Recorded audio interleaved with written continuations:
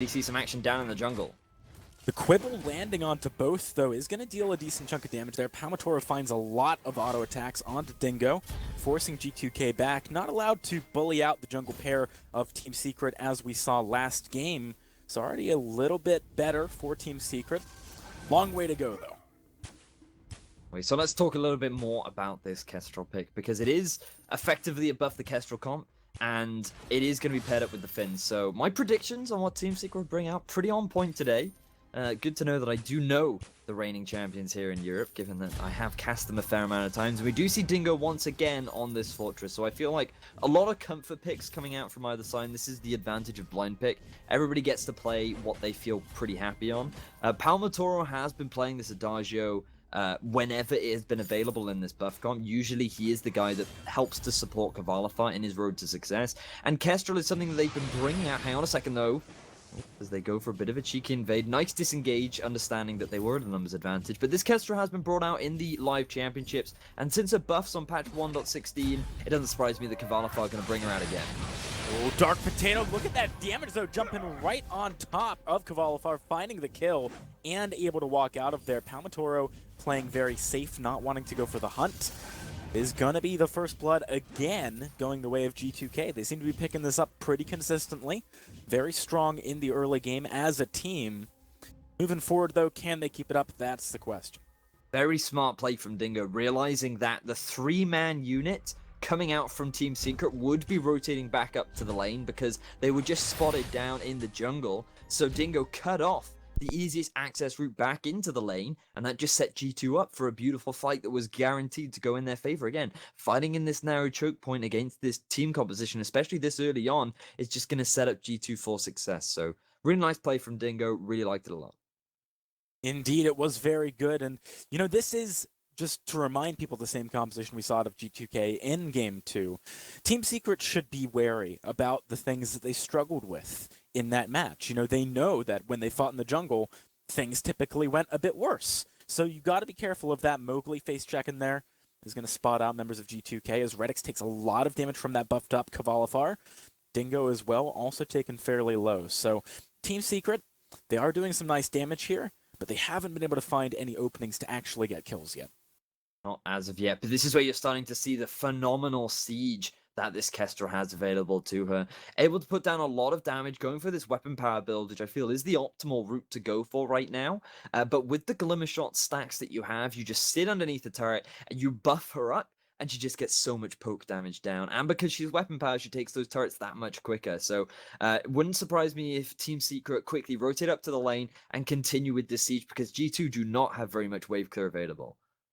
No, they really don't. I mean, Redix, once he gets a bit more attack speed, can kind of just chunk through the minions with auto attacks. But in terms of AoE clear, you need Dark Potato to be there for that. So at the moment, he's off in the jungle. It's a good opportunity to try and shove the wave a little bit.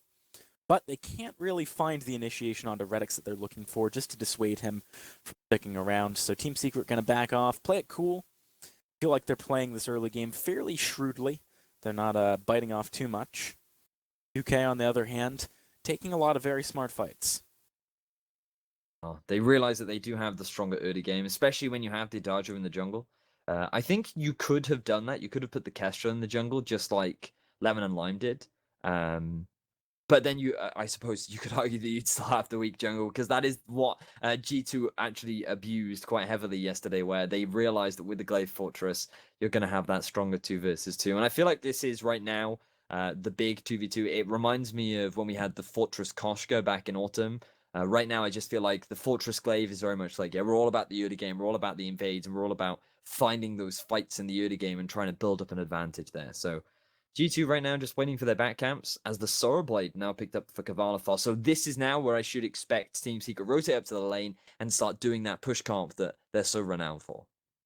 Yeah, now that they've got that first big power spike, it's a good opportunity for them to try and leverage it and get something off the back. The Redix walking into Mowgli there, going to get quibbled up, taking a decent chunk of damage. But Qualifier, I mean, one thing worth noting is that putting Qualifier on the Kestrel, I think, makes a lot of sense. He's super comfortable on it. So even if maybe you wanted it in the jungle, it could make sense. Active camo getting popped there. Qualifier does take a lot of damage right off the bat, though. Having to back away here and Looks like G2K are going to defend this turret. It has taken a huge amount of damage right off the bat, though. Certainly has. This is the situation that Team Secret want to be in. Ideally, you want Mowgli to be level 6, because then you have that Force Accord available to get a pick if they need it. I actually thought he'd thrown it out there, but I was like, wait, how did he throw it out? That can't be possible. No, it was just Kavanafar throwing out a cheeky glimmer shot, being like, no, no, no, no, no. Get off my teammate. You can't go anywhere near him, my friend.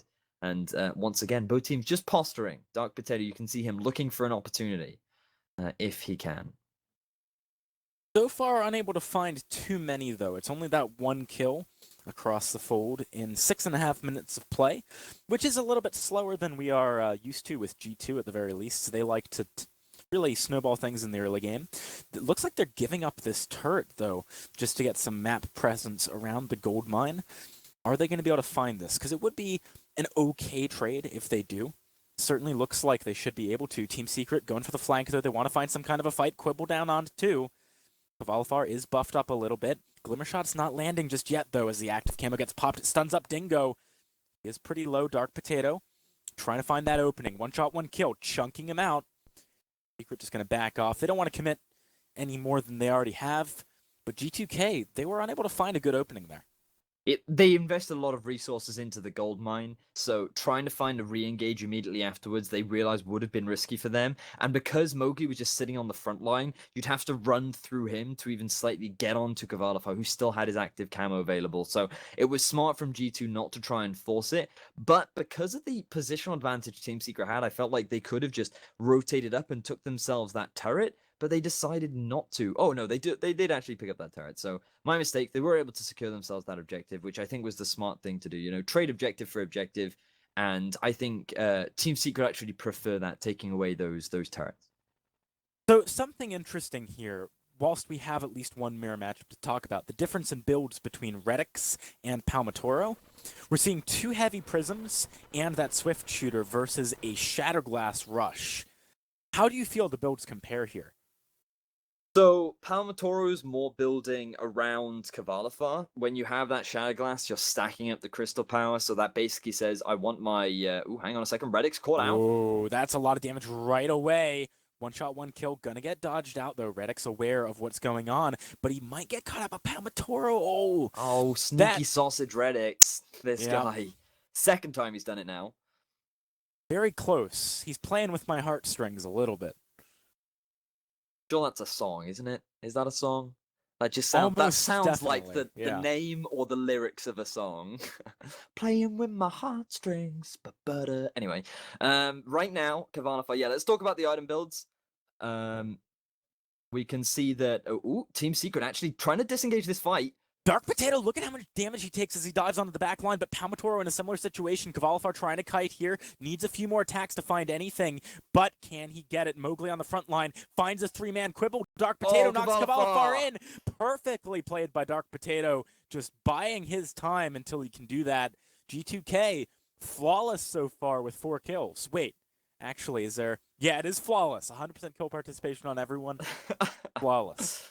So, this is really impressive from G2 because also big misplays from Team Secret because Kavalifar was in an opportunity right there to clean up that fight. He didn't have any more glimmer shots available. He was waiting for the recharge. That's why he was quite hesitant to re-engage, but he waited too long, and that allowed Dark Potato to get a second afterburn off. Notice that he's level 9. He's already got the overdriven afterburn, which means that it's on something like a 12-second cooldown now. Maybe even 10-second. I can't quite remember the exact number, but it does mean that you're able to get it off at least 2 times in a fight if you use it right at the start and right at the end. So Kavanafar not respecting that, getting caught out, and he's gonna get caught out again.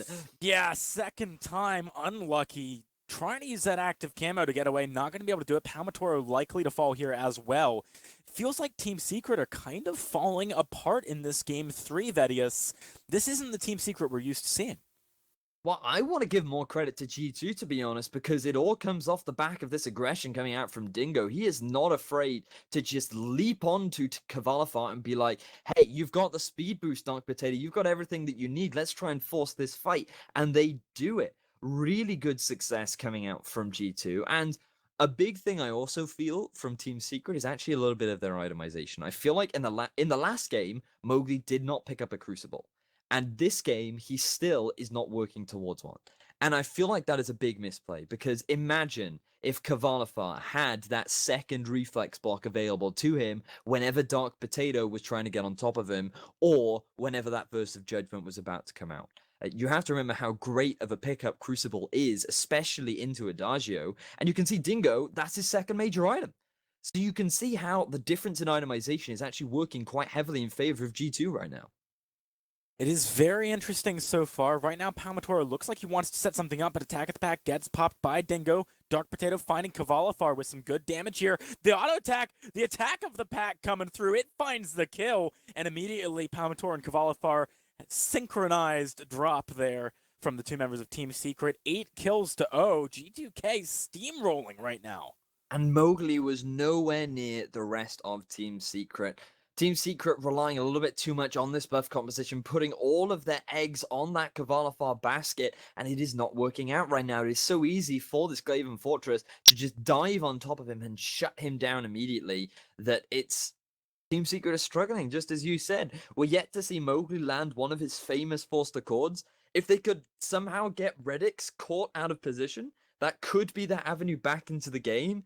But right now, G2K not actually playing a flawless game because they've lost the turret. Sorry to burst your bubble, my friend. That's cool with me. I was complaining previously that your standards weren't high enough. So there you go. Well, either way, G2, they're still going to be pretty happy even with the turret down. Moving forward, all they need to do is keep doing what they're doing, focus their attention down onto Qualifier, kill him instantly, and that's pretty much all the damage gone from Team Secret. So simply a matter of rinse and repeat for G2, all the pressure on Team Secret, and at this point, it really is G2's game to lose. I feel like, in my opinion, Team Secret really misdrafted here. Well, you can't say drafted because it was a blind pick. They mispicked their composition. You can say drafted. You can say drafted. I don't think they should have picked Kestrel because I feel like Glaive was likely going to be picked up by G2K, and it's just so good into it. You can afterburn over the active camo. So it's not like you can self-peel at all. And Mowgli presumably would communicate that he doesn't want to buy a Crucible for whatever reason. So you know that that's going to happen. I think. Oh, hang on a second. Redix takes a bit of poke. I think Palmatora should have gone for more of a greedy build, more like Redix. I think they should have ran double threat in the form of Adagio plus Kestrel, as opposed to putting all of their eggs in the Qualifier basket. Because if they had that multi-threat style of play, then now it becomes a lot harder for Dark Potato to decide who he actually wants to focus down onto. Yes, the buff is a little bit less effective, but Kestrel shouldn't be that reliant on it, given the buffs that she did have to her base attack damage.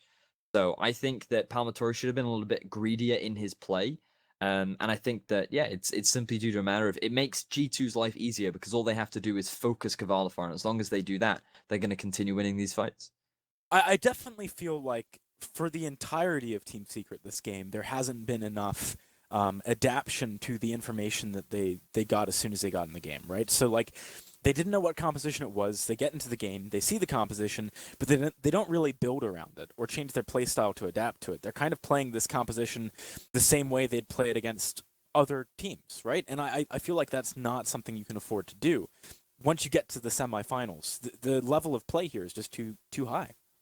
And to be fair, I haven't given G2 very much credit, but they really have been performing right now. They definitely know how to use this composition as, great Crucible from G2. That's why you buy it. Attack at the Pack gets popped as well. G2K may be looking for something here. Feel like it'd be a bit bold to dive in with no minions even as a contingency hitting the turret.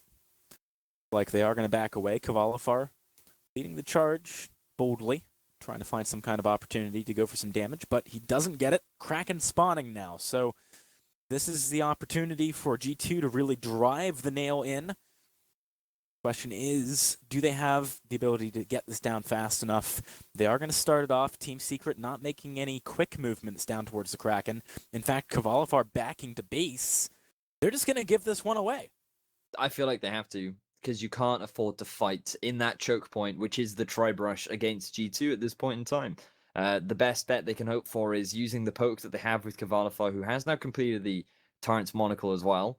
And the Crucible now picked up for Mowgli, so this could actually be a game changer. We'll have to see moving forward, because if Team Secret are going to get their comeback, it's going to have to be now. Is it too little too late, though? I mean, that's what we're about to find out. Because the thing is, the Kraken is now pushing with G2K. They have a big opportunity to make something happen here. Qualifier trying his best to shove this wave out. Dark Potato does admittedly take a lot of damage right off the bat, but Reddick's putting down some good return. Qualifier actually gets Reddick's pulled onto him. He is going to kite backwards. They find the first kill. Mowgli doing a lot more work in this fight. Reddick's going to be the next target. One shot, one kill. Picks it up. Team Secret, content with 2 kills, going to turn around, deal with this Kraken. They're definitely back in the game off that play. The difference that a Crucible can make, am I right? That Crucible onto Qualifier, preventing him from getting punted away from Dark Potato, and the double Verse of Judgment coming out from both Palmatoro and Reddix was absolutely phenomenal. I cannot believe the Team Secret were able to pull that one off. Yes, they end up losing 2 turrets off the back of it, but because of the shutdown kills that they were able to pick themselves up, ruining the flawless game coming out from G2, as well as picking up the 500 gold from Kraken. There's still a big gold gap, but it's definitely smaller than it was. Team Secret feeling a lot more confident moving forward from here. It already wasn't flawless, though. They lost a turret. We've been over this. We have been over this, but I thought that you wanted to define flawless as everyone has the same sort of kill contribution, so everyone's involved. Flawless in everything. is flawless. I'm not defining it. Right now, we are going to see a fight, though. Dingo jumping right on the back. Dark Potato as well over the wall to Qualifier, but he actually takes a lot of damage. 1 shot, 1 kill onto Reddix, but Qualifier locks himself down while channeling that. It's not going well. Team Secret, they get aced right off the back of having a good fight in the base. With 30 seconds on the respawn timers, G2K, they don't even need minions. They want to go right in, try and end this game right now. First turret, gonna fall. 11 seconds on Palmatoro. I don't think they can defend. G2K upsetting the winter champions, taking the first spot in the finals. It does seem like Team Secret once again gonna be playing in that 3rd place match. This blind pick seems to be their bane right now as G2 come up with this Glaive and Fortress combo, and they're easily able to shut down Qualifier on this Kestrel. What looked like the potential comeback for Team Secret was only a brief thought in the wind as it quickly blew away, and G2 are able to easily guarantee themselves that final spot. Very impressive from G2. Really like the way in which they executed that. 11-2 in kills, and I'm looking forward to seeing them in the final. I am as well. I feel like Sweet Potato is really coming into his own. We'll have to see if they can keep this momentum moving forwards. But to break down that game a little bit more, before we get into our second